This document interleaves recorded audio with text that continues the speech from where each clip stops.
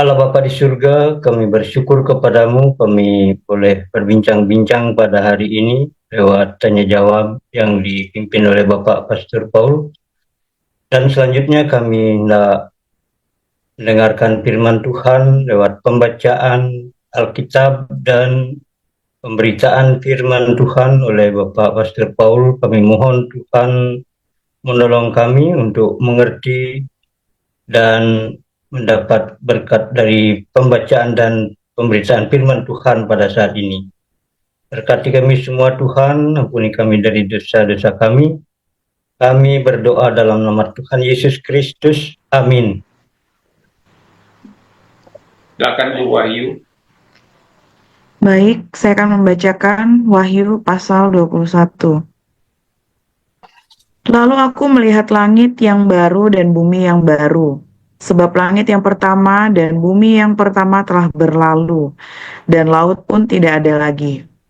Dan aku melihat kota yang kudus, Yerusalem yang baru, turun dari surga, dari Allah, yang berhias bagaikan pengantin perempuan yang berdandan untuk suaminya.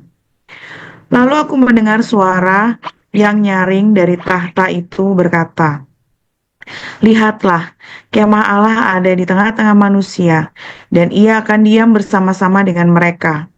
Mereka akan menjadi umatnya, dan ia akan menjadi Allah mereka. Dan ia akan menghapus segala air mata dari mata mereka, dan maut tidak akan ada lagi. Tidak akan ada lagi perkabungan, atau ratap tangis, atau duka cita, sebab segala sesuatu yang lama itu telah berlalu." Ia yang duduk di atas tahta itu berkata, "Lihatlah, aku menjadikan segala sesuatu baru." Dan firman-Nya, "Tuliskanlah, karena segala perkataan ini adalah tepat dan benar." Firman-Nya lagi kepadaku, "Semuanya telah terjadi. Aku adalah Alfa dan Omega, yang awal dan yang akhir. Orang yang haus akan kuberi minum dengan cuma-cuma dari mata air kehidupan. Barang siapa menang, ia akan memperoleh semuanya ini. Dan aku akan menjadi Allahnya, dan ia akan menjadi anakku.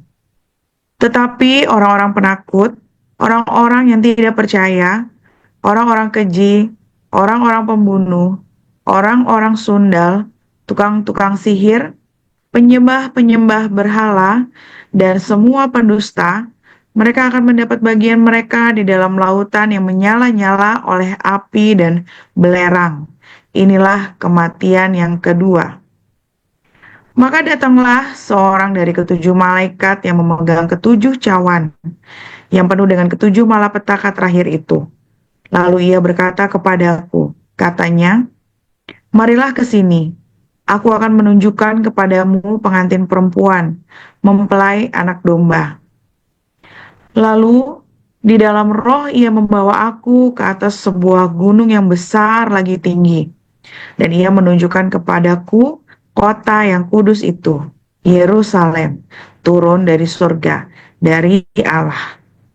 Kota itu penuh dengan kemuliaan Allah, dan cahayanya sama seperti permata yang paling indah, bagaikan permata yaspis, jernih seperti kristal. Dan temboknya besar lagi tinggi, dan pintu gerbangnya 12 buah. Dan di atas pintu-pintu gerbang itu ada 12 malaikat, dan di atasnya tertulis nama ke-12 suku Israel.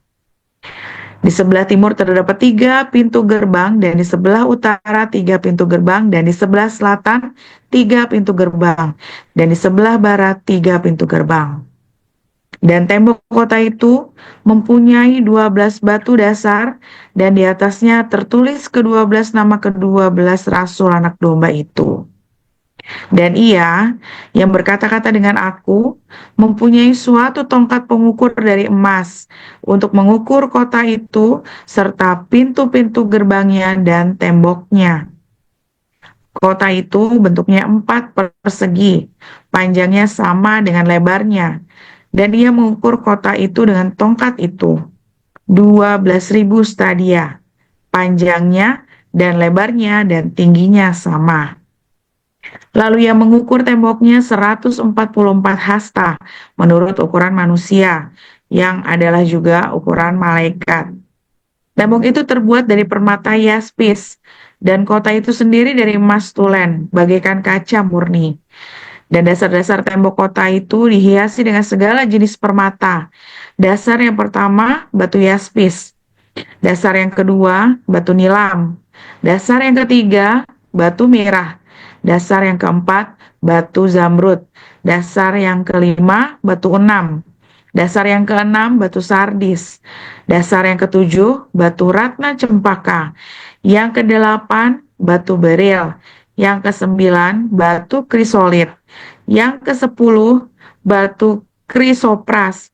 Yang ke-11 batu lazuardi, dan yang ke-12 batu kecubung.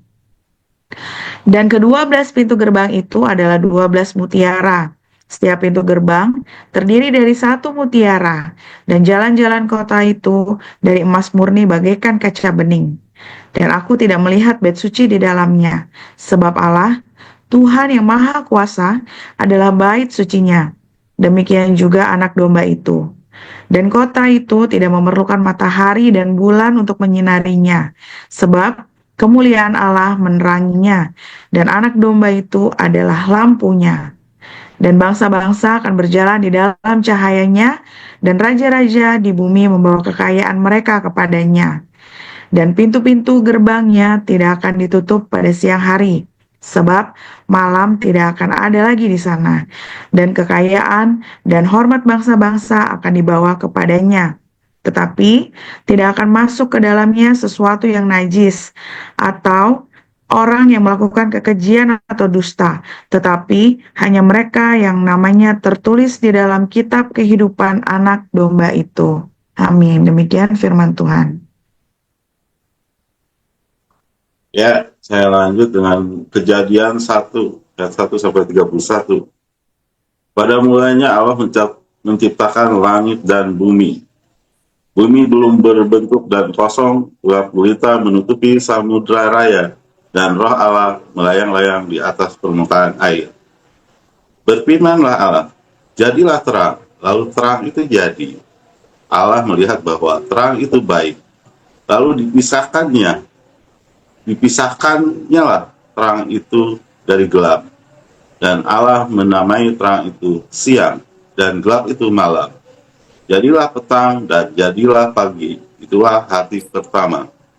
Berfirmanlah Allah, jadilah cakrawala di tengah segala air untuk memisahkan dari air. Maka Allah menjadikan cakrawala, dan ia memisahkan air yang ada di bawah cakrawala itu dari air yang ada di atasnya. Dan jadilah demikian. Lalu Allah menamai cakrawala itu langit. Jadilah petang dan jadilah pagi. Itulah hari kedua. Berfirmanlah Allah, hendaklah segala air yang di bawah langit berkumpul pada suatu tempat, sehingga kelihatan yang kering. Dan jadilah demikian. Lalu Allah menamai yang kering itu darat, dan kumpulan air itu dinamainya laut. Allah melihat bahwa semuanya itu baik. Berfirmanlah Allah, hendaklah tanah menumbuhkan tunas-tunas muda, tumbuh-tumbuhan yang berbiji, segala jenis pohon buah-buahan yang menghasilkan buah yang berbiji, supaya ada tumbuh-tumbuhan di bumi, dan jadilah demikian. Tanah itu menumbuhkan tunas-tunas muda, segala jenis tumbuh-tumbuhan yang berbiji, dan segala jenis pohon-pohonan yang menghasilkan buah yang berbiji. Allah melihat bahwa semuanya itu baik. Jadilah petang dan jadilah pagi, itulah hari ketiga. Berfirmanlah Allah, jadilah benda-benda penerang pada cakrawala untuk memisahkan siang dari malam. Biarlah benda-benda penerang itu menjadi tanda yang menunjukkan masa-masa yang tetap dan hari-hari dan tahun-tahun. Dan sebagai penerang pada cakrawala, biarlah benda-benda itu menerangi bumi. Dan jadilah demikian. Maka Allah menjadikan kedua benda penerang yang besar itu yang lebih besar untuk menguasai siang dan yang lebih kecil untuk menguasai malam, dan menjadikan juga bintang-bintang. Allah menaruh semuanya itu di cakrawala untuk menerangi bumi, dan untuk menguasai siang dan malam, dan untuk memisahkan terang dari gelap. Allah melihat bahwa semuanya itu baik. Jadilah petang dan jadilah pagi, itulah hari keempat. Berfirmanlah Allah, hendaklah dalam air berkeriapan makhluk yang hidup, dan hendaklah burung-burung berterbangan di atas bumi, melintasi cakrawala. Maka Allah menciptakan binatang-binatang laut yang besar dan segala jenis makhluk hidup yang bergerak, yang berkeriapan dalam air, dan segala jenis burung yang bersayap. Allah melihat bahwa semuanya itu baik. Lalu Allah memberkati semuanya itu, firman-Nya, berkembang biaklah dan bertambah banyaklah, serta penuhilah air dalam laut, dan hendaknya burung-burung di bumi bertambah banyak. Jadilah petang dan jadilah pagi, itulah hari kelima. Berfirmanlah Allah, hendaklah bumi mengeluarkan segala jenis makhluk yang hidup, ternak dan binatang melata, dan segala jenis binatang liar. Dan jadilah demikian. Allah menjadikan segala jenis binatang liar, dan segala jenis ternak, dan segala jenis binatang melata di muka bumi. Allah melihat bahwa semuanya itu baik. Berfirmanlah Allah, baiklah kita menjadikan manusia menurut gambar dan rupa kita, supaya mereka berkuasa atas ikan-ikan di laut, dan burung-burung di udara, dan atas ternak, dan atas seluruh bumi, dan atas segala binatang melata yang merayap di bumi. Maka Allah menciptakan manusia itu menurut gambarnya. Menurut gambar Allah diciptakannya dia, laki-laki dan perempuan diciptakannya mereka. Allah memberkati mereka, lalu Allah berfirman kepada mereka, beranak cuculah dan bertambah banyaklah, penuhilah bumi dan taklukkanlah itu, berkuasalah atas ikan-ikan di laut dan burung-burung di udara, dan atas segala binatang yang merayap di bumi. Berfirmanlah Allah, lihatlah, aku memberikan kepadamu segala tumbuh-tumbuhan yang berbiji di seluruh bumi, dan segala pohon-pohon yang buahnya berbiji. Itulah akan menjadi makananmu. Tetapi kepada segala binatang di bumi, dan segala burung di udara, dan segala yang merayap di bumi, yang bernyawa, kuberikan segala tumbuh-tumbuhan hijau menjadi makanannya. Dan jadilah demikian. Maka Allah melihat segala yang dijadikannya itu sungguh amat baik. Jadilah petang dan jadilah pagi, itu hari yang ke-6. Demikian firman Tuhan. Haleluya, terima kasih para lektor dan para pendoa ya. Luar biasa kita hari ini belajar tentang langit dan bumi yang baru ya. Nah, kalau kemarin kita belajar tentang batu-batu permata ya. Nah, ada sebagian pendeta atau teolog yang menciptakan batu permata itu kan 12, saudara ya. Nah, itu adalah mewakili 12 suku Israel ya. Kalau tadi kan saya bilang itu kan karakter, batu-batu permata, perhiasan dengan, nah itu ada karakter. Tetapi ada bilang itu 12 suku Israel, saudara ya. Nah, kalau di dalam Keluaran 28 ayat yang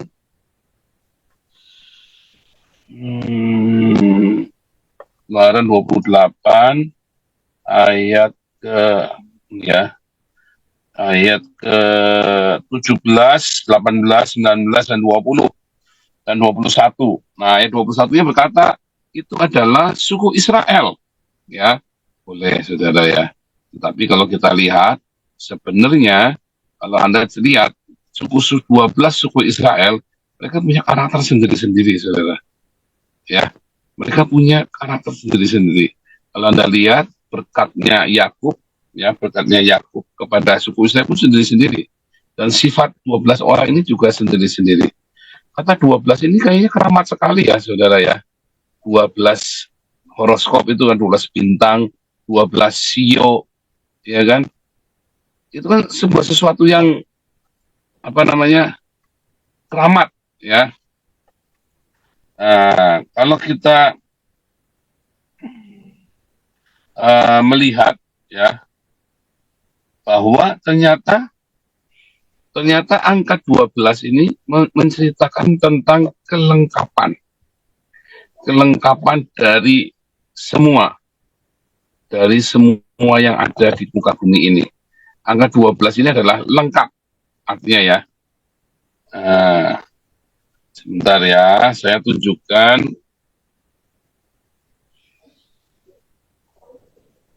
Oh iya, weton juga sama ya. Weton itu kan ada 12 kan. Aneh ya, weton itu ya.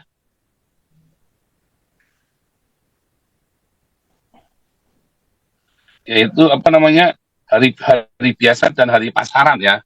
Weton itu ya, hari biasa itu yang Senin Selasa, hari pasaran itu yang Legi, Kliwon dan seterusnya itu ya. Itu weton juga aneh ya. Angka 12 itu. Bentar ya, saya bukakan ini ya, saya share screen ya.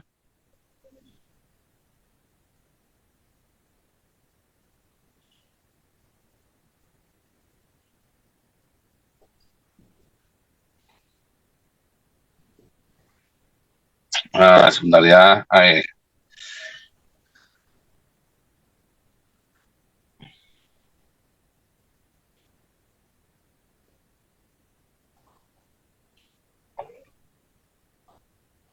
Saya bukakan dulu tadi yang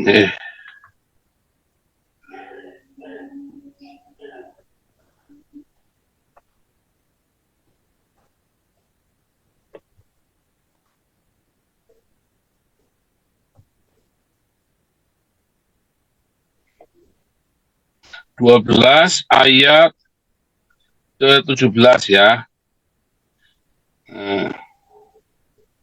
Saya pakai bahasa Indonesia dulu.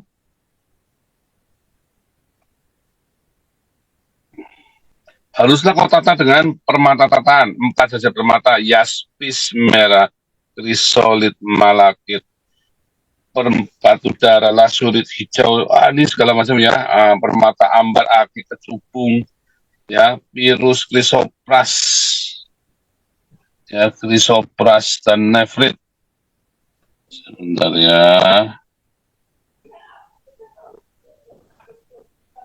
Krisopras ya, nefrit, berikatan emas. Saudara, di dalam Keluaran 28 ini, batu-batu ini ternyata sama dengan batu-batu yang ada di dalam Wahyu, saudara ya. Batu-batu yang di dalam Wahyu 21 yang kita baca tadi. Terus katakan sesuai dengan nama anak Israel. Permata itu harusnya 12 banyaknya, dan pada tiap-tiap permata harus ada diukirkan seperti meterai, nama salah satu dari yang 12 itu, ya.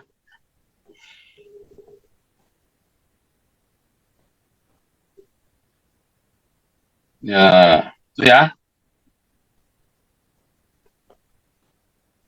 Nah, saya hapuskan dulu.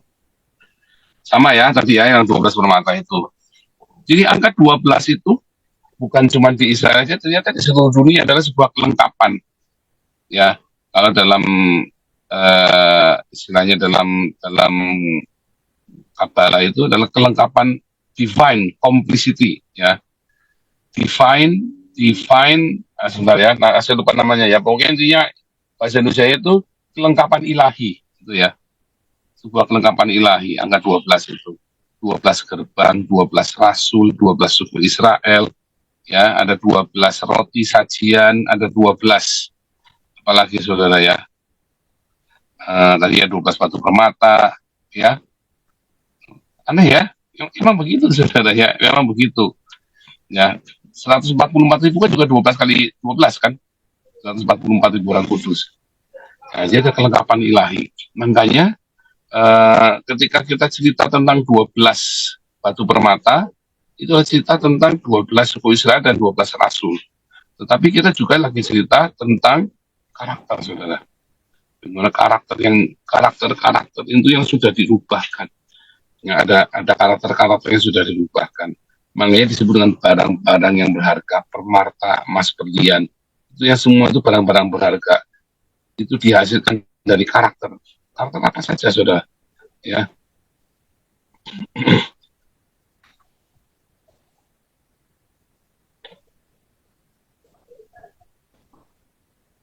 Nah, saya mau tampilkan lagi ya.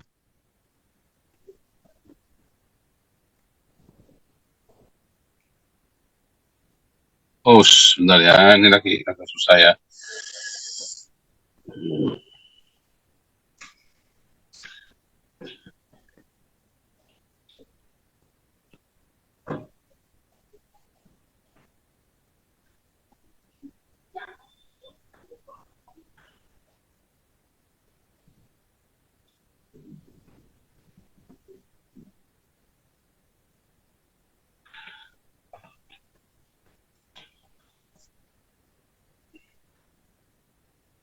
Oke, nggak bisa ya, ntar. Saya belum bisa tampilkan. Jadi kita lanjutkan dulu. Nah, jadi batu-batu permata ini hanya bisa dihasilkan dari apa, saudara? Dari tekanan dalam kehidupan. Tanpa tekanan dalam kehidupan, batu-batu permata ini tidak akan pernah terjadi. Tanpa batu permata itu dipoles, maka tidak akan mengkilap. Harus dipoles, harus digosok. Tanpa digosok, tanpa dipoles, maka Anda tidak akan menemukan batu permata yang indah. Tanpa ada tekanan-tekanan dan proses kehidupan alam semesta ini, maka Anda tidak akan pernah ketemu dengan batu permata ini, saudara. Batu-batu gunung banyak, batu kali banyak, prosesnya ya gampang. Makin besar prosesnya, makin permata itu makin berharga. Ya, nah itulah yang terjadi dengan batu-batu permata itu. Nah itulah karakter ilahi kita, saudara ya. Karakter ilahi kita yang yang cemerlang. Nah kalau Anda mau melihat ya ada 9 buah roh. 9 buah roh itu ya ditambah iman, ya ditambah pengharapan, kan ada kasih. 9 buah roh kan kasih, sukacita, ya kasih, sukacita, damai sejahtera, kebaikan, kemurahan, kesabaran, kelemah lembutan, kesetiaan, penguasaan diri, iman dan pengharapan, terakhir kekudusan, saudara. Ya, ada 12 yang karakter yang kamu miliki. Sebab kamu punya kasih, sukacita ini, kamu juga harus ada pengharapan dan harus ada iman. Lalu juga yang terakhir, kamu harus ada kekudusan. Tanpa kekudusan kamu tidak bisa melihat Allah. Dan itu semua adalah sebuah proses, nggak ujuk-ujuk. Proses.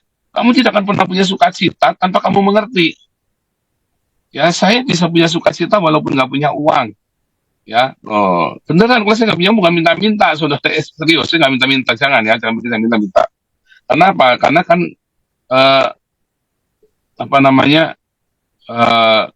kita di Belanda kan kalau sampai bangkrut kan kita bisa ditanggung oleh negara, saudara. Kita bisa sama negara, beda dengan kalian kalau di Indonesia. Jadi saya bukan minta-minta, tapi saya lagi cerita. Kenapa orang di Belanda susah untuk percaya Tuhan? Karena hidupnya dalam kelimpahan. Mereka tidak bisa bergantung sama Tuhan. Kenapa susah-susah berdoa? Ya, ayo ajari berdoa dong. Ini lagi kesulitan, kita ajari berdoa ya supaya berharap sama Tuhan. Susah amat. Hari ini lapar, anak saya sakit, aduh begini, kita berharap sama Tuhan. Orang Belanda ketawa, saudara. Ngapain? Ke Kemenkes saja. Anak saya tidak bisa sekolah, gini gitu segala macam. Aduh saya banyak utangnya begini. Kita berdoa ya, berdoa berpuasa bergumul gitu ya. Goblok, saudara, kata orang Belanda. Ngapain kamu? Sini kamu tak ajarin. Yo, malamnya diajak ke red light dulu. Wah, olah bebe, saudara ya. Di red light itu ya segala macam gaya. Pagi diajak ke Gemeente. Bagaimana cara menyatakan diri pilot. Bagaimana nanti Gemeente akan mengatur utangnya kita. Bagaimana.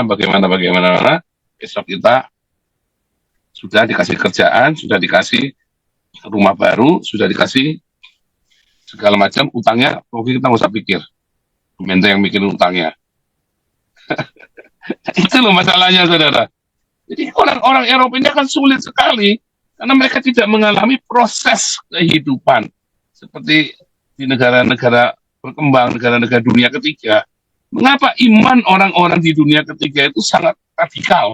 Di Cina, ya, di Indonesia, ya kan? orang yang ada di Afrika, mereka imannya radikal, saudara, gila, saudara ya. Ya termasuk saya ini imannya radikal karena kita biasa digencat dan kita akhirnya karena kita melewati masa-masa itu udah jadi biasa. Begitu saya masuk Belanda, kita ada banyak sekali berbagai macam masalah. Saya ketawa, saudara. Buat orang Belanda itu masalah besar, buat saya enggak, bukan. Biasa, kita di Indonesia udah lebih dari itu. Ya, bagaimana kita bisa ada kesabaran? Orang Belanda mah udah nggak sabar kalau ketemu orang-orang kayak kalian begini, kayak si siapa itu orang-orang Indonesia gitu yang rese-rese. Bisa sabar ya? Kenapa kamu bisa sabar? Ya emang kenapa? Kenapa kudu marah-marah? Kenapa harus buru-buru? Ya, ada kesetiaan dan segala macam itu ya orang. Kenapa kita setia harus ada setia? Kita harus setia dengan suami atau istri kita. Yang penting aku happy. Enggak, karena ada yang lebih buruk kalau kamu langgar. Nah itu ya, saudara ya, karena proses kehidupan itu penting. Nah kita nggak akan lama di sini. Kemarin karena ada yang nanya ya, saudara. Jadi saya jawab itu ya tentang batu permata itu. Itulah penjelasannya ya. Nah dan itulah ya bahwa ternyata 12 suku Israel itu 12 suku Israel, iya benar Ernibat. Ya digencet keluar minyaknya dan batu itu makin dipres begitu ya, makin padat, digosok makin mengkilap. Ya, dan nggak cukup cuma digencet dalam kehidupan, harus digosok lagi, saudara ya, untuk ditampilkan kilauannya. Ya, itulah faktanya. Ya, harus digosok dulu ya batu permata itu, supaya mengkilap kilauan, mungkin dibentuk di apa segala macam, pahat segala macam ya. Nah itu. Nah sekarang ini kita mau cerita tentang laut ya, kita khusus bicara tentang laut. Nah laut ini saudara sangat unik sekali. Saya akan cerita tentang laut ya. Kita akan nanti nggak usah saya buka di sini karena kita nggak bisa begini ya. Saya bacakan di dalam Wahyu 21 ya. Lalu aku melihat langit yang baru ya dan bumi yang baru. Saya share screen aja ya, saya share screen aja.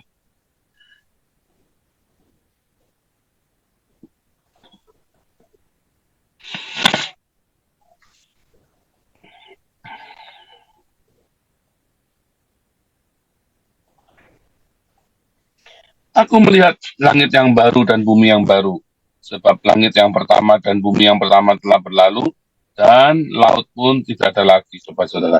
Di langit dan bumi yang baru itu kita tidak akan melihat ada laut, saudara. Mengapa tidak ada laut? Ya, kalau kita buka tadi di dalam Kejadian 1 ayat 1 ayat 2 ya.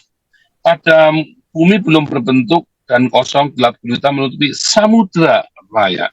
Kata samudra raya itu artinya laut yang banyak. Itu dari kata abyssos ya. Ya, kata samudra raya ini di dalam bahasa Ibrani maka ini adalah mayim. Ya. Kalau di dalam bahasa Yunani namanya abyssos, ebis, ya, namanya abyssos ya, abyssos. Nah, laut atau mayim atau samudra raya atau air yang banyak ini, abyssos ini, kalau di dalam tadi Wahyu 21 itu dari kata talasa ya. Loh, kok gak nyambung? Nah, dari kata talasa. Nyambung, saudara ya.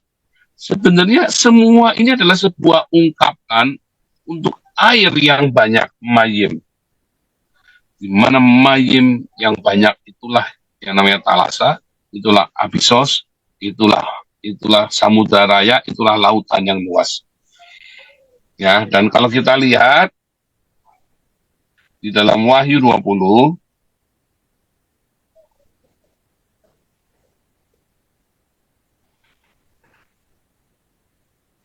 lihat ya.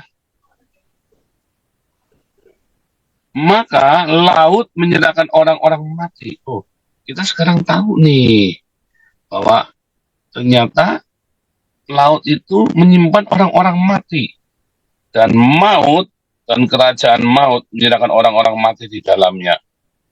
Ya. laut menyerahkan orang mati di dalamnya. Apa itu kan maksudnya adalah kapal-kapal yang tenggelam. Kan saudara. Ini kita harus lihat konteks dipahami saat itu. Ya, kalau kita melihat konteks ya bahwa Hades itu letaknya itu ada di dalam laut. Nah, coba kita buka di dalam Wahyu 9 ya. Itu udah pernah kita bahas sedikit ya, Wahyu 9.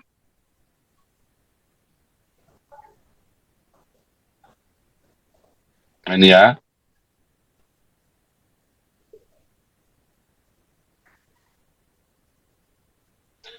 Dan raja yang memerintah mereka ialah malaikat jurang maut. Malaikat jurang maut ini dari kata abisos. Ya, Wahyu 9 ayat 11 ini ya, malaikat jurang maut. Ini berasal dari kata abisos.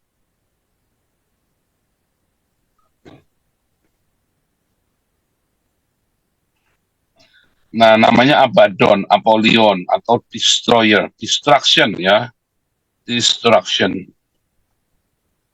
Kalau kita bilang Destruction, inilah iblis itu kan. Iblis itu adalah malaikat jurang maut, ya. Itu adalah malaikat jurang maut, Abyssos. Nah, Abyssos ini tadi Kejadian 1 ayat 2, Abyssos juga. Dalam Septuaginta itu tulisannya Abyssos juga. Ya. Terus kita ingat saudara ya, kita ingat ada yang namanya Yunus. Ya, ada yang namanya Yunus. Ya. Telah kau lempar aku ke tempat yang dalam, ke pusat lautan.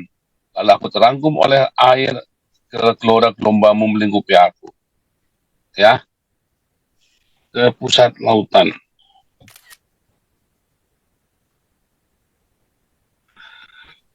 Terus dari kata pusat lautan ini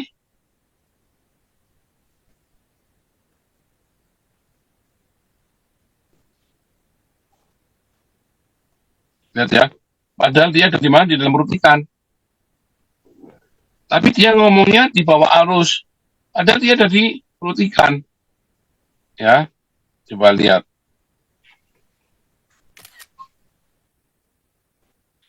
Dari tengah dunia orang mati, pusat lautan. Nah ini, dunia orang mati ini Sheol atau Hades. Nah, itulah pusat lautan. Jadi ternyata Abyssos, Hades, Sheol, ya. Terus tadi ya ada kata talas, ya, ya. Terus ada kata samudra, ya. Itu ternyata lagi cerita yang sama. Jurang maut, itu ternyata sama, lagi cerita yang sama. Itu tempat dunia orang mati, saudara. Mengapa di dalam langit dan bumi yang baru tidak ada dunia orang mati? Ya karena tidak ada kematian.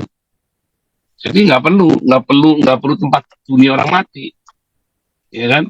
Dan dunia orang mati itu udah nggak ada, dibuang ke dalam Gehenna, dalam perapian lautan api. Nah kita balik lagi saudara ya, gara-gara air bah, gara-gara air, maka seluruh umat manusia di muka bumi yang selamat cuma 8 orang. Dari mungkin jutaan atau ratusan juta. Yang selamat cuma Nuh saja dan keluarganya. Lalu kita tarik lagi saudara, di awal Kejadian 1 ayat 2. Nggak ada daratan, adanya cuma laut. Mengapa adanya cuma laut di situ? Tidak, itu cuma adanya laut. Karena ada Helel Ben Syakar dibuang. Maka itu menjadi dunia orang mati. Kembali ke Yesaya kemarin ya, Yesaya 12 ya. Yesaya 14 ayat 12. Maka jadi dunia orang mati. Jadi sebuah lautan yang luas. Karena Helel Ben Syakar dibuang ke bumi, dipecahkan ke bumi, maka seluruh bumi itu jadi dunia orang mati.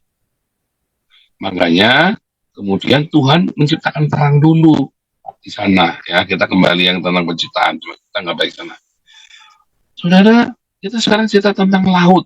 Ya, saudara hari ini, ya, kan kita sudah bilang dari awal dulu ya pengajaran-pengajaran ada namanya paradise dan ada dunia orang mati.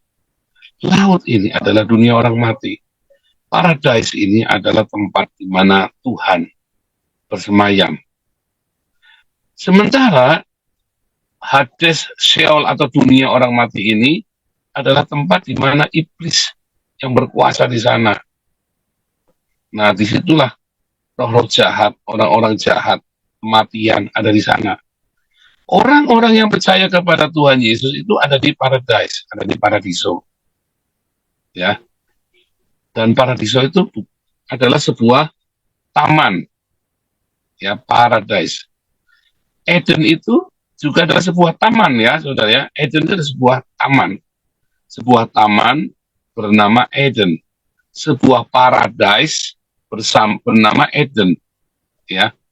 Kalau Anda melihat di dalam Kejadian 2, maka Tuhan Allah meletakkan manusia itu di sebuah paradise. Di sebuah paradiso. Ya, yang bernama Eden, dan paradiso itu kasih nama Eden. Ya. Menarik ya, Saudara ya. Jadi Adam dan Hawa itu diciptakan di muka bumi ini dari tanah, ya, lalu ditaruh di sebuah tempat bernama paradise. Apa tempat itu dari mana, Saudara? Ya tetap di muka bumi ini. Dikasih tahu ada Efrat, Tigris, ada sungai Pison, Gihon. Ya, kita sudah pernah, saya share lagi nih ya.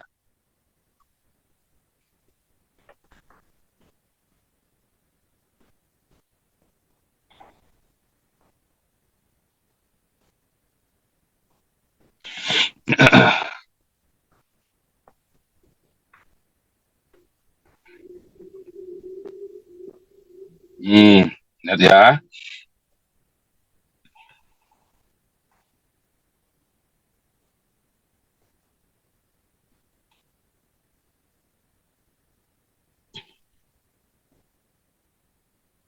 Tuhan Allah membuat taman di Eden, ya, membuat taman di Eden. Nah, kalau kita lihat Kejadian 2 ayat 8,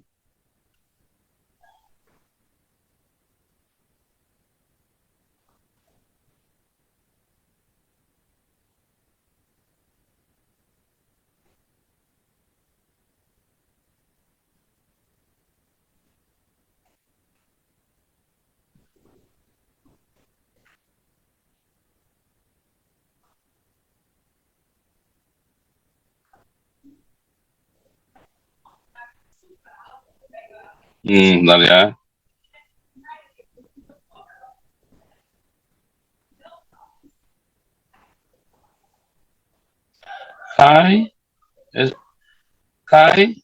Kai eten sen kurios oho deos paradeison, ya, Eden, ya. Ya, ini kata paradeison itu paradise, ya, kelihatan ya.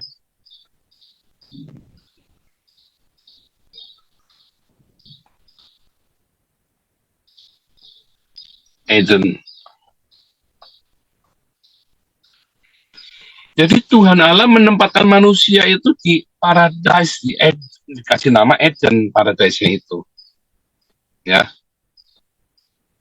Nas ya, paradison ya. Nanti bisa putar lagi itu ya cara nyarinya tadi ya di yang dalam terjemahan Septuagintanya. Sekarang kita cek lagi di sini ya. Ayat 8 tadi ya. Disitulah di Taman Eden di sebelah timur ya.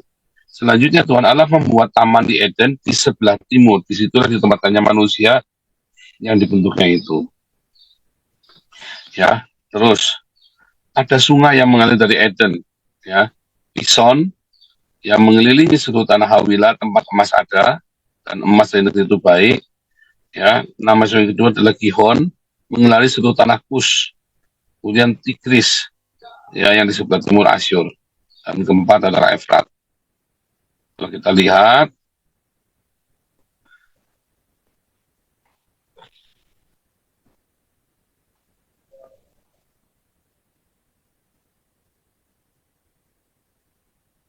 ya, ini saya pakai location check ini ya, Saudara ya. Kalau ini mereka mencerita dalam posisi ini, maka ini adalah utara ya, ini adalah selatan. Maka ini adalah timur, ya kan? Ini barat, kan begitu.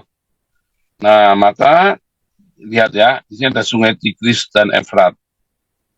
Saya kasih warna biru ya. Ya, Tigris dan Efrat.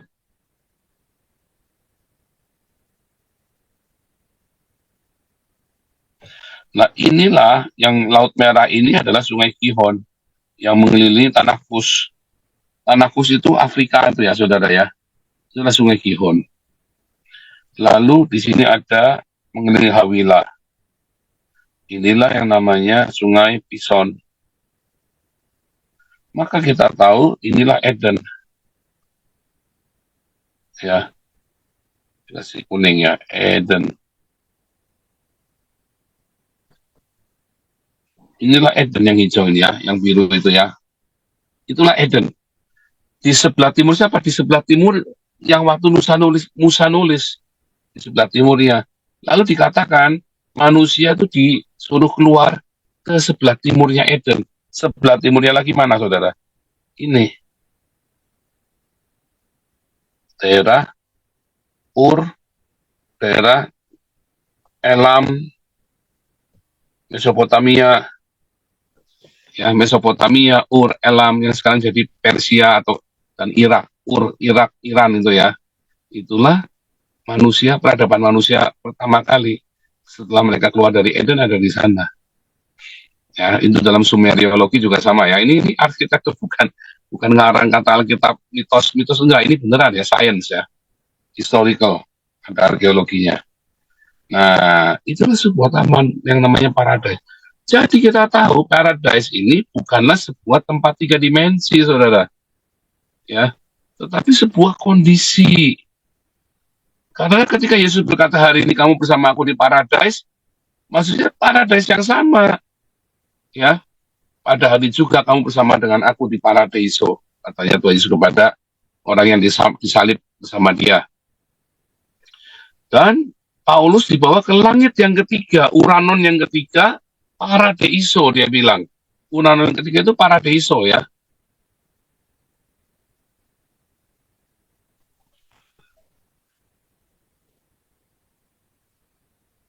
Di dalam contohnya ya, pada hari juga engkau bersama dengan aku di Taman Firdaus.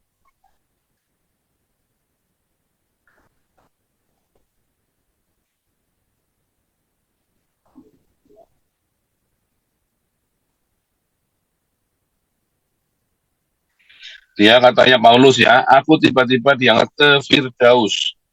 Ya, langit ketiga ini ya.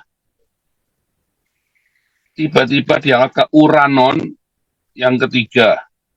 Aku diangkat ke Firdaus, Paradeiso. Ya, lalu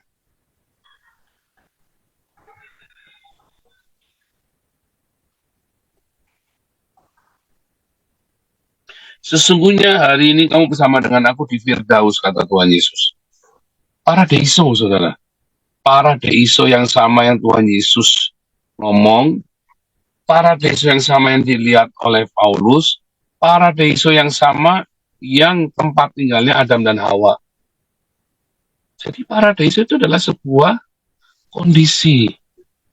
Bukan sebuah tempat 3 dimensi. Karena kenyataannya penjahat yang bersama Yesus kan hari itu di kuburan sama Yesus. Apakah kuburan itu adalah paradeiso, saudara? Kan kenyataannya kan mati, saudara. Ya kan?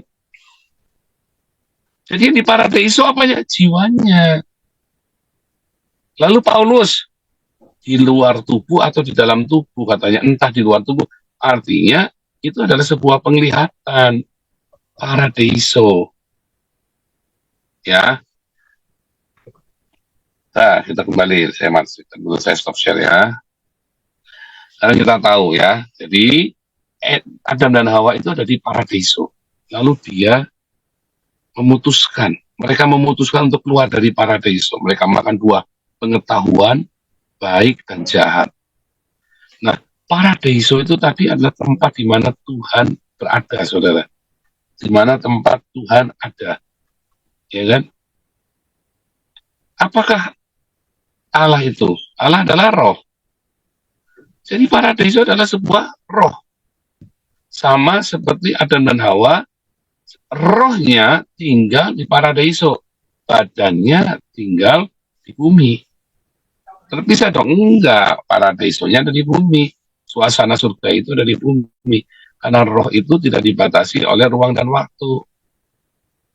Roh itu bukan sesuatu yang dibatasi oleh ruang dan waktu. Ya, tetapi itu adalah sesuatu yang virtual. Paradiso itu ada sesuatu yang virtual. Maka bisa kehadirannya bisa bersama-sama dengan yang real, yaitu bumi yang fisik itu. Nah, demikian juga dengan Hades, laut tadi, saudara. Laut itu juga sesuatu yang virtual. Ya, dunia orang mati adalah sesuatu yang virtual. Karena yang pergi ke dunia orang mati, badan kita ke kuburan kok. Berarti apanya? Jiwanya yang pergi ke dunia orang mati.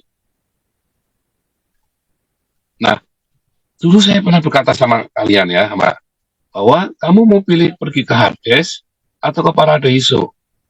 Itu mulai dari sekarang kita tahu loh, saudara. Hari ini kamu mau pergi ke Hades, kamu sudah tahu kalau kamu sekarang tinggal di Hades. Tahu, saudara. Ya, karena kerajaan surga bukanlah soal makanan dan minuman.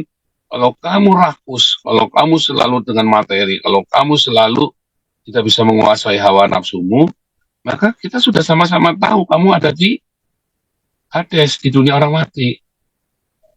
Kalau kamu merasakan damai sejahtera, kasih sukacita, damai sejahtera, kebaikan, kemurahan, ya kelemah lembutan, kesabaran, kesetiaan, penguasaan diri, ada kasih dan kekudusan, ada pengharapan, ada iman. Kalau kamu selalu hidup dalam keraguan, kita tahu sama-sama kamu hidupnya lagi di Hades. Loh, sesimpel itu, saudara. Anda jangan berpikir terlalu jauh. Sesimpel itu. Ya, artinya hari ini kamu tuh sudah ada di Hades atau ada di Paradiso. Sekarang ini kamu cuma tinggal tanya aja sama dirimu sendiri, cek aja parameternya tadi. 12 karakter tadi.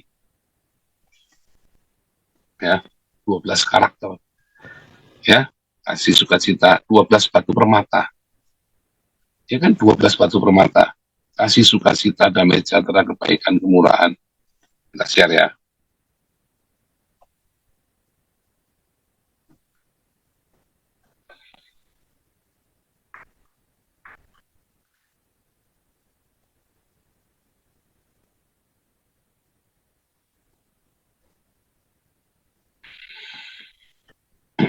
Lihat ya.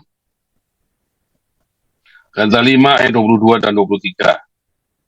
Buah, nah ini ya. Buah dari roh. Buah dari Roh Kudus yang hidup di dalammu. Kalau kamu orang percaya, kamu dibaptis oleh Roh Kudus, maka kamu akan punya buah dari roh itu. Karena kan berarti kan kamu intim dengan Roh Kudus. Kalau kamu intim dengan Roh Kudus, maka kamu akan punya buah. Kalau kamu punya intim dengan Roh Kudus, maka kamu lahir baru. Kalau kamu lahir baru berarti kamu sudah tinggal di Paradiso. Sebentar, ya. Lompat dulu ya. Ini perkataan Tuhan Yesus. Ya, ayat 18 ya. Barang siapa percaya kepadanya, ia tidak akan dihukum. Barang siapa tidak percaya, ia telah. Oh, berarti kalau dia percaya, ya dia sudah pindah hari itu. Tapi kalau nggak percaya, sudah dihukum, sudah dibawa penghukuman. Ya sudah, telah. Tapi barang siapa percaya tidak akan dihukum. Dan Tuhan Yesus berkata, hari ini juga engkau tinggal bersama dengan aku di Firdaus. Hari ini juga engkau bersama dengan aku di hari ini juga engkau bersama dengan aku di Firdaus ya, dibilang ya. Menarik ya, saudara ya. Hari ini juga. Hari ini bukan besok.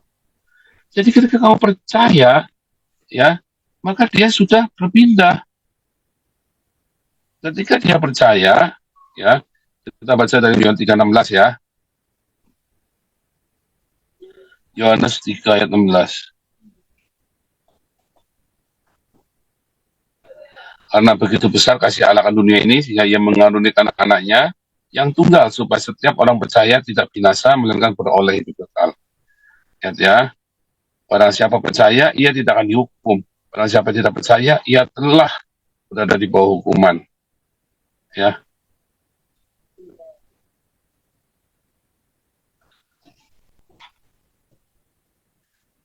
kita balik.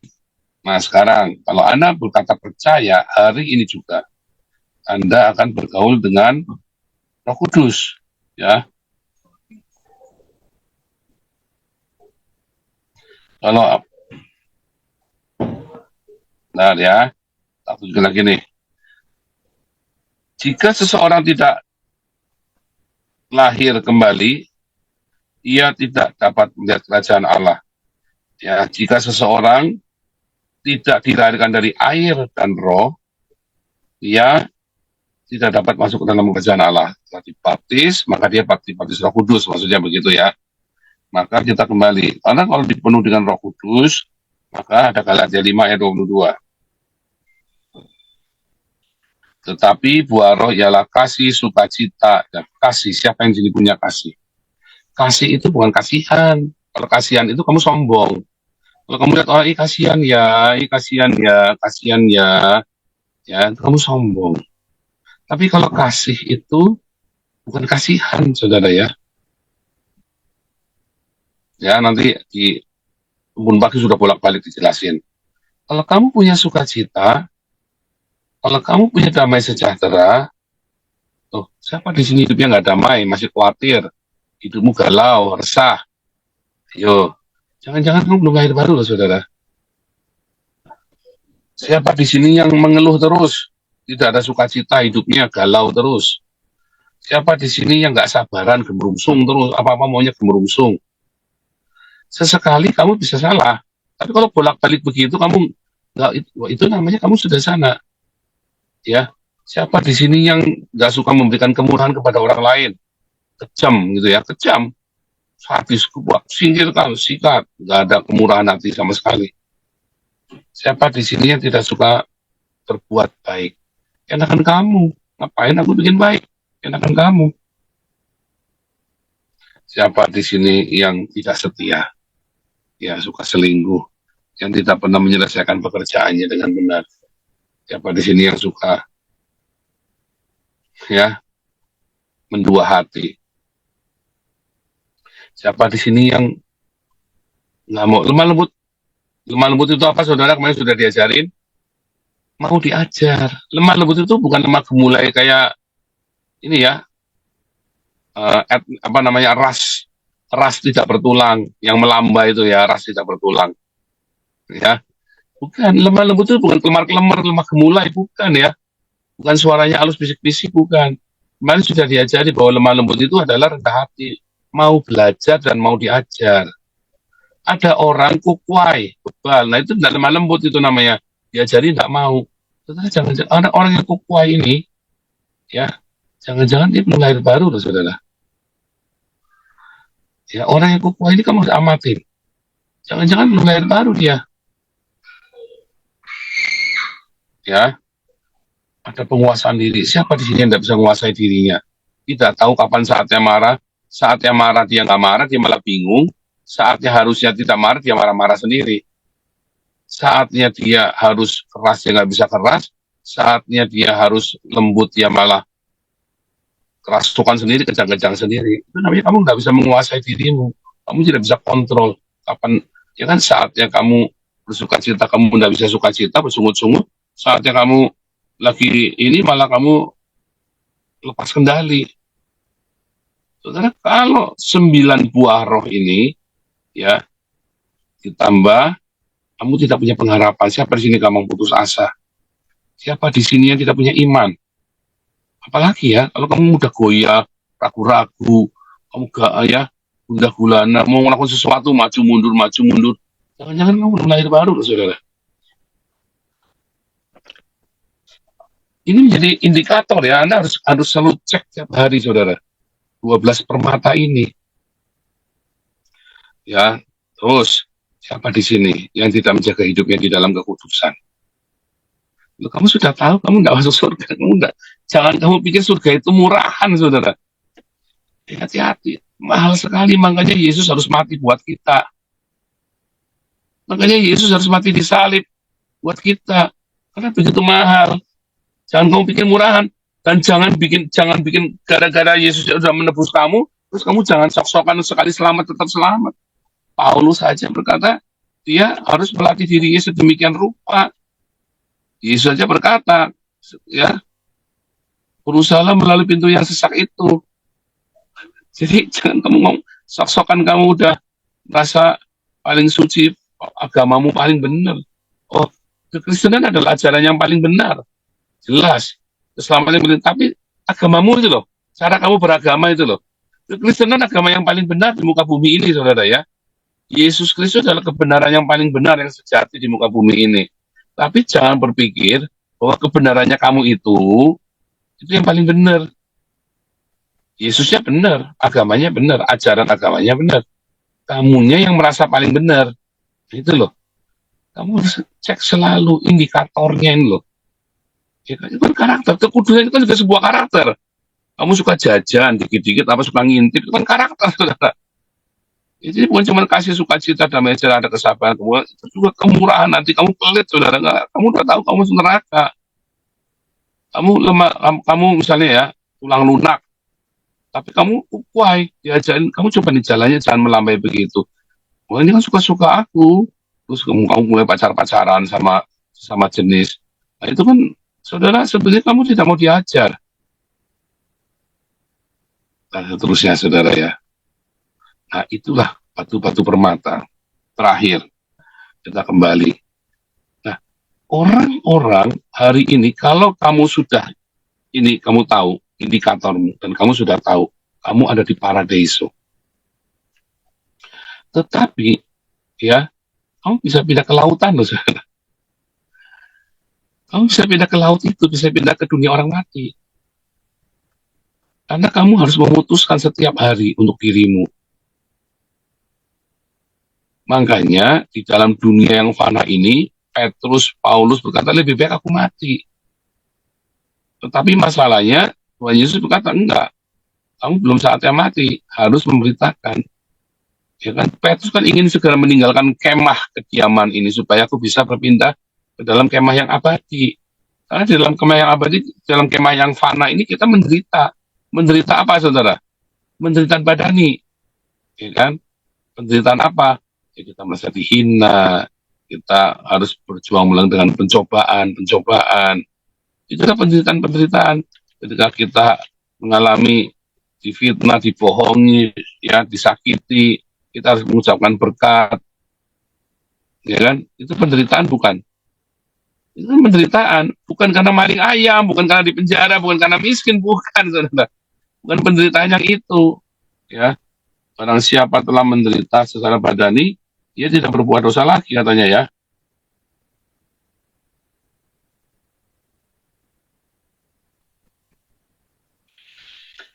Aduh, nanti tiba-tiba terlintas dalam ini saya penderitaan badani.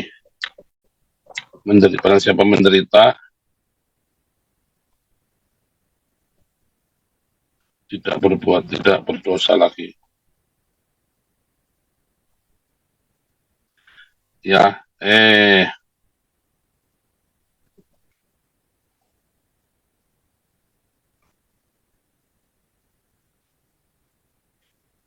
bentar.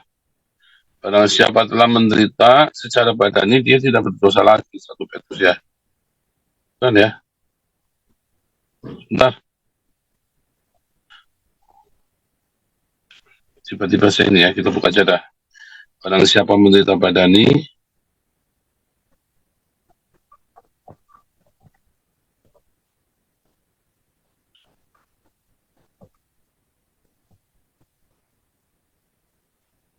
Satu Petrus 4 ayat 1 ya. 1 Petrus 4 ayat 1. Jadi karena Kristus telah menderita penderitaan badani, kamu pun juga harus mempersiapkan dirimu dengan pikiran demikian. Karena barang siapa telah menderita penderitaan badani, ia telah berhenti berbuat dosa. Supaya waktu yang sisa jangan kamu pergunakan untuk menuruti keinginan manusia, tetapi menurut kehendak Allah. Enak kan saudara? Nah, oke. Kesimpulan. Kesimpulan terakhir. Kita tiap hari ngalami fitnahan. Tiap hari kita ngalamin apa saudara deg-degan kalau kamu lagi tidak punya uang. Hati, jalanin saudara. Jangan kamu paksa dengan utang. Beda utang dagang ya. Sekali lagi ya, utang dagang, kamu cicil rumah, atau kendaraan usaha. Itu kan namanya kan harus utang usaha namanya, bukan utang konsumtif. Kamu harus bisa saudara membedakannya. Itulah penderitaan badani. Kalau kamu lagi disepelein orang, ya, kamu tetap punya kasih nggak ketika kamu dikhianati? Kamu tetap punya sukacita nggak ada di dalam tekanan hidupmu yang luar biasa itu? Di dalam sakit penyakit, kamu tetap ada sukacita nggak? Ada damai sejahtera nggak? Kalau kamu lagi sakit penyakit, kamu udah damai sejahtera. Aduh saudara, jangan-jangan kamu belum lahir baru loh. Banyak orang sakit yang sudah hampir mati, dia artinya sejahtera. Dia senang, dia siap menghadapi apapun, karena memang ada sejahtera. Selamat, kamu sudah ada dalam paradise. Kamu sudah ada di surga. Tapi kalau kamu tidak siap, maka kamu sedang ada di Hades. Ya, di mana nanti jiwamu itu ya akan dibuang ke Gehenna, lautan itu. Di langit dan bumi yang baru, kita tidak perlu lagi mengalami penderitaan badani. Nggak perlu. Karena yang ada hanya kesempurnaan orang-orang yang karakternya sudah dirubah, yang sudah menjadi batu permata. Di dunia yang fana ini, kita dalam proses. Tapi jangan buat alasan, kan saya masih proses, Pak. Enggak. Biar orang lain yang memaklumi kamu, tapi jangan kita yang memaklumi diri kita sendiri. Ya kan? Jadi kalau kita lagi dalam proses, kita harus berjuang, berusahalah melalui pintu yang sesak itu. Berusahalah melalui pintu yang sesak itu. Jangan orang lain yang disuruh memaklumi kita, suruh buat kita kasih lewat. Jangan, saudara. Ya, tekanan-tekanan dalam kehidupan, ya, penderitaan-penderitaan dalam kehidupan membuat kita bisa bertahan, saudara. Membuat kita bisa menjadi cemerlang, menjadi batu permata. Tetapi kalau kamu tidak peduli, tidak mau ditekan, tidak mau diproses, ya kita tahu, saudara, itu masalah besar. Itu masalah besar. Aduh, saudara, berbahagialah kalau kamu sedang ada dalam tekanan-tekanan dalam kehidupan. Entah itu tekanan pekerjaan, entah itu tekanan komunitas, entah itu tekanan sosial, ekonomi. Berbahagialah. Saya selalu berkata, yang penting responmu jangan sampai salah. Responnya, bagaimana caranya? Ya, kamu harus benar-benar penuh dengan rema, penuh dengan baptisan Roh Kudus. Harus benar-benar ada firman Tuhan, lakukan langsung spontan. Ada firman Tuhan, langsung lakukan firman Tuhan. Hari ini firman Tuhan adalah mengingatkan kita, berbahagialah kamu semua yang sedang mengalami tekanan. Kamu punya kesempatan untuk menjadi batu-batu permata itu, karakter hidup. Kalau kamu dalam tekanan reformu salah, ya nggak jadi, buyar. Ya kan? Karena kamu nggak mau diproses, buyar, kamu lari. Ya, oke, saya kira itu. Jadi itulah lautan. Jadi mengapa di langit dan bumi yang baru tidak ada lautan? Karena yang ada hanya permata-permata tadi, tidak ada dunia orang mati, nggak perlu. Tidak perlu ada dunia orang mati, saudara. Tidak perlu ada, cuma ada paradise saja, itu adalah paradise. Nggak mungkin ada lautan di dalam paradise. Jadi kapankah paradise itu sekarang? Kamu sudah tahu kamu akan hidup di paradise atau kamu hidup di dalam Hades. Ya, di dalam tekanan kamu lari, di dalam tekanan kamu ngomel, maka kamu tahu kamu lagi di Hades, belum pindah paradise. Loh, itu saya kasih tahu Anda, berbahagialah kamu. Kasih tahu, karena ngerti. Coba kalau tahunya nanti terlambat. Ya, terakhir, benar, yang paling terakhir. Saudara, sekarang ya kita sudah tahu, kita berkumpul dengan orang-orang dan kita tidak bisa menghakimi mereka ada di mana, tapi kita tahu kita sendiri ada di mana. Tetapi anehnya, ya, Orang-orang yang tinggal di paradise akan ketemu dengan orang-orang yang tinggal di paradise, akan bersahabat berkumpul dengan orang-orang yang tinggal di paradise. Orang-orang yang tinggal di Hades akan bersahabat berkumpul bersekutu dengan orang-orang yang tinggal di Hades. Ya kan dunia berbeda. Oh, kita bisa berteman, bisa berkontak satu sama lain. Sama seperti Abraham ngomong-ngomong sama si orang kaya yang di dalam Hades kan, ya kan? Mereka bisa ngelihat satu sama lain, mereka bisa ngobrol-ngobrol. Kita ini bisa ngobrol-ngobrol satu sama lain. Saya nih sama ngobrol-ngobrol nih sama sama itu dulu ya. Siapalah dulu Menahem Ali itu sama si Adi Praitno itu kan orang-orang yang tinggal di Hades. Bisa ngobrol-ngobrol satu sama lain. Tapi kita tidak bisa berteman. Apalagi kamu menikah. Bukan boleh, nggak boleh. Nggak mungkin cocok kamu, saudara. Nggak mungkin cocok. Kalau sampai terjadi, oh kamu harus kontrol. Oh jangan-jangan kamu masih di Hades lagi. Ibu-ibu, bapak-bapak yang anak yang menikah dengan orang yang tidak seiman. Jangan-jangan anakmu masih di Hades loh. Jadi hati-hati saudara, itu baik. Kamu akan kumpul dengan orang-orang yang sama dengan kamu. Kita bisa komunikasi, tetapi kamu tidak akan bisa kumpul karena tempatnya udah beda. Terang dan gelap itu nggak bersatu. Ya, Tuhan Yesus memberkati. Haleluya.